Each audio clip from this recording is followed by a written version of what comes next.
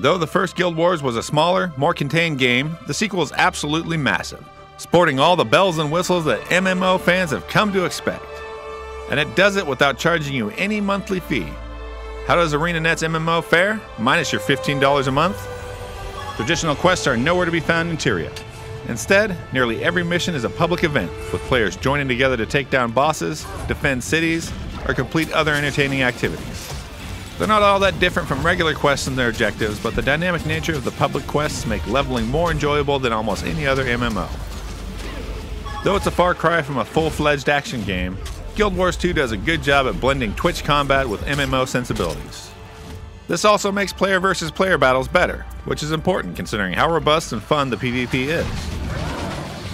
Lacking a monthly fee doesn't make Guild Wars 2 feel like any less of an MMO.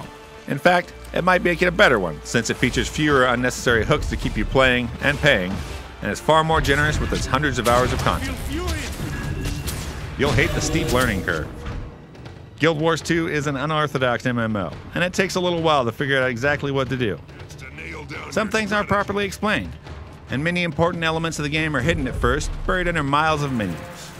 You'll most likely figure it out, but it might take you a few hours to put the pieces together. Sometimes Guild Wars 2 doesn't function perfectly. It's a massive game, so it's not surprising that a few things aren't working as intended.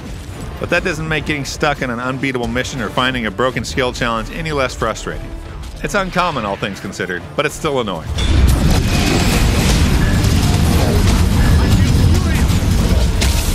While you won't miss most of the fat that ArenaNet stripped away from the bloated MMO genre, other elements will have you scratching your head. At launch, there was no dungeon finder, traditional trading, dueling, or voice chat. There are workarounds for most, but it's still disappointing to see these features missing in an MMO released in 2012. Guild Wars 2 is everything you want in an MMO, propelling its way past most in the genre with a fresh take on content and a slew of amazing changes to the traditional formula. This game is absolutely worth losing a few hundred hours in. Guild Wars 2 gets 4.5 out of 5 stars. Sound the retreat.